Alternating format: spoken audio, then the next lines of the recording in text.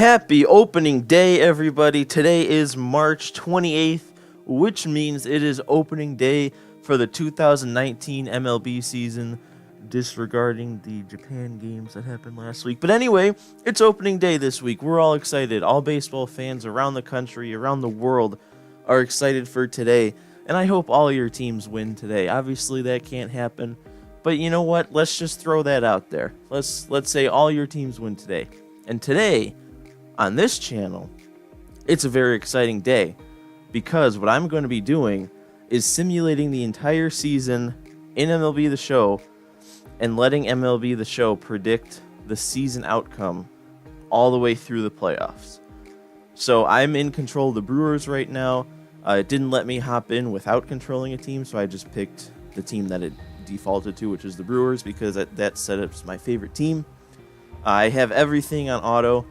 I'll just, make sure right here everything's on auto, so I'm not controlling anything. This is all just completely simulation, and I'm just gonna sim the season, and I guess we'll just check back in at the end.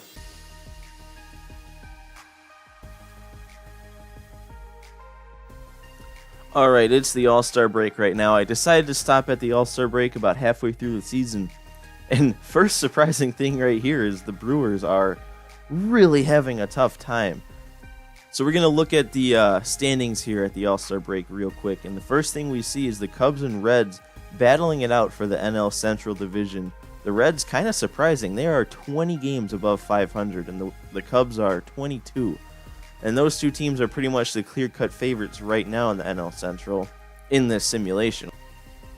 Over to the NL West, we have the Dodgers with a pretty commanding lead. I think that's pretty expected this year. The Giants, though, I don't know if people would be expecting them to be in second place, but they're having a pretty strong season.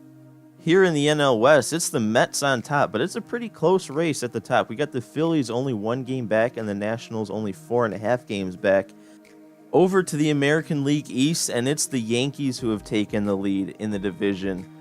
Then we got the AL Central, probably the worst division in all of baseball, and that's kind of reflected here in the records. The division leader right now is only 44-44, the perfect 500 record.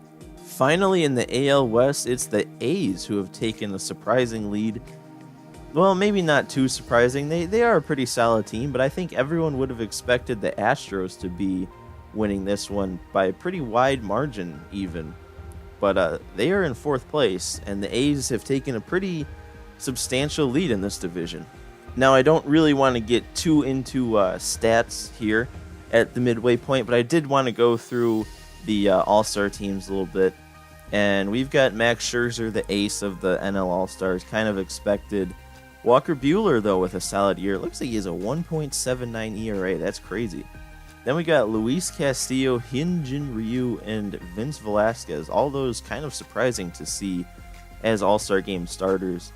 The relievers, we got Adam Warren and then a bunch of closers. All of them pretty much expected besides Sergio Romo. I don't know if anyone would really expect him to make the All-Star team, but you never know. To the starting lineup here, and we've got Anthony Rendon as a starter. Nick Markakis making it. I believe he made it last year. He had a very good year. Then we've got Arenado, Acuna, Soto, Freddie Freeman, Corey Seager, Jed Lowry. That one's a little surprising. And Austin Barnes, another kind of surprising one.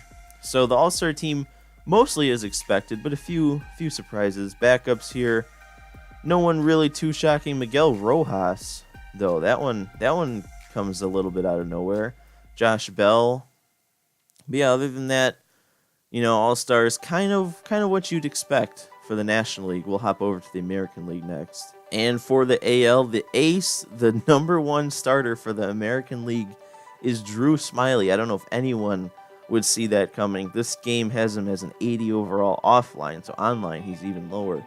But then we've got Severino, kind of expected, and then even the rest of these guys kind of out of nowhere to make the starting rotation, I guess, of the All-Star team.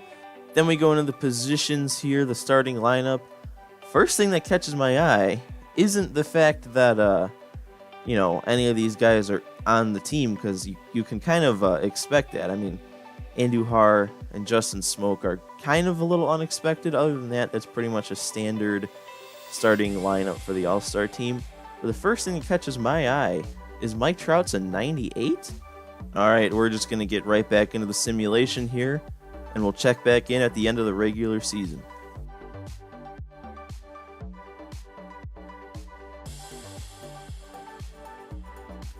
And we have reached the end of the season. The Brewers, with a shocking result, to say the least, 63-99 to finish out the season. That is crazy. I don't think anyone sees that happening for real.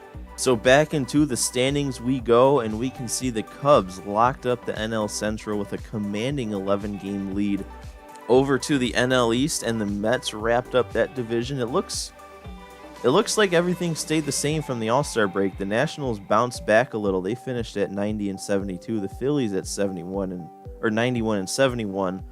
But the Mets took the division, and it looks like the Phillies still snuck in with the wild card. The Dodgers win the NL West with a huge lead. No one else even broke the 500 winning percentage mark. Dodgers won 100 games, 62 losses, and they're going to the playoffs once again. Over to the AL East, and the Yankees have toppled the Cubs record that we saw earlier. The Yankees won 105-57. Wow.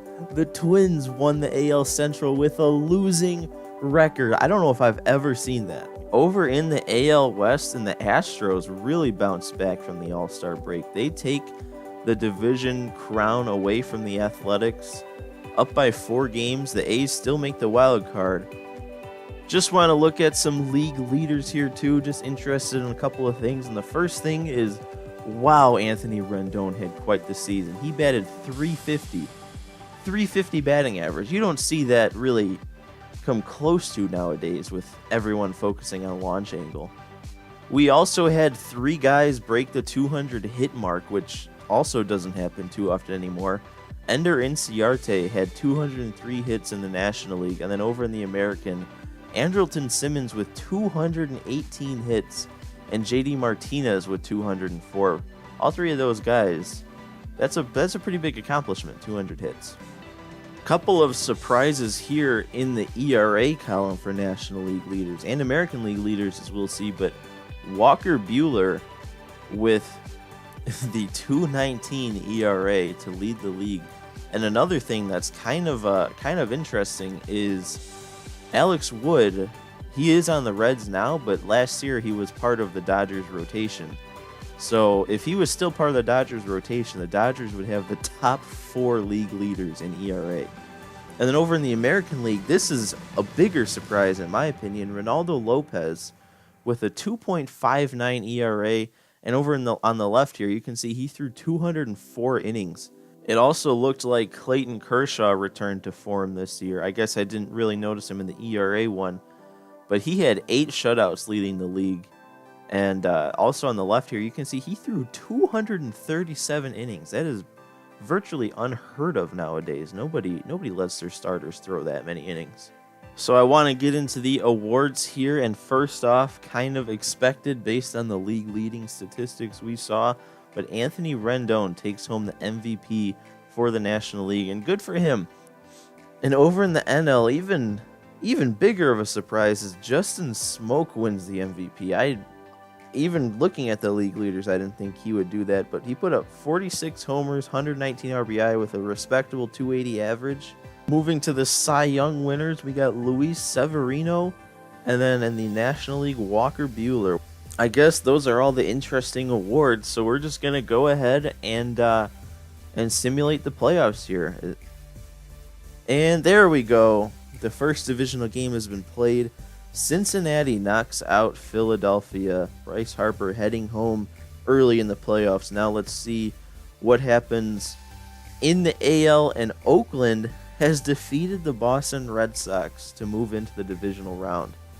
The first round's exciting so far. Both National League series tied at 1. And now the American League, Oakland and New York is tied at 1, but the Astros looking for a sweep. And both the Dodgers and Cubs take a game lead, and the Dodgers have won. The Astros couldn't complete the sweep, and the Reds tied up the Cubs, so that one's going to a game 5. Oakland also has a 2-1 lead on the Yankees. The Yankees tie it up, the Astros advance, and the Reds. I was just kind of ready to say the Cubs, but the Reds defeat the Cubs in the NLDS and move on to the championship series. Final game here, and Oakland beats the Yankees. Wow. Couple of shocks here in the divisional round. Moving on. I'm kind of pulling for both the Reds and the A's, but they're both going down early. A's take a game though. The Dodgers are looking for the sweep, and they don't get it. The Reds able to fend them off for now. But the Dodgers do take the series 4-1. The Dodgers going to the World Series. The A's have tied it up though. And the Astros now 1 game away from a repeat. And now we get the Astros and Dodgers match up in the World Series again. A rematch from 2017 where the Astros took it home. The Dodgers in it for the 3rd year in a row. So this should be interesting. Let's see how it ends. And nothing yet. And the Dodgers take a Game 1 victory and Game 2. Now they're probably moving to the other city, and Houston takes the first game. And now Dodgers with the 3-1 lead. I'm going to see about actually going into this game and possibly seeing if the Dodgers can lock up the World Series. I'll go into quick manage, and the Dodgers took an early lead. They're up 2-0. And they put up... Oh my God, what just happened?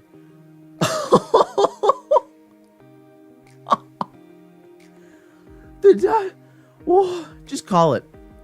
Well, let's keep going. And they put up... No! How? How is this a World Series game? The Dodgers are winning 27-0. It is 27-0. So, looks like Hyun-Jin Ryu is looking for the complete game here, and Alex Bregman is going to give him some trouble, really threatening here with that leadoff double. And there it is. A pop fly from Chirinos out to left field, and the Dodgers have won the 2019 Major League Baseball World Series. And it was a real nail-biter in this one. The Dodgers take it 31-0. Took 5 games. The Astros managed to win 1. And the Dodgers, after 2 years of losing in the World Series, have finally managed to bring one home. And this would be a very exciting time for Dodger fans after 2 years of disappointment. But they finally did it. They're finally back on top. And... they are your 2019 World Series champions.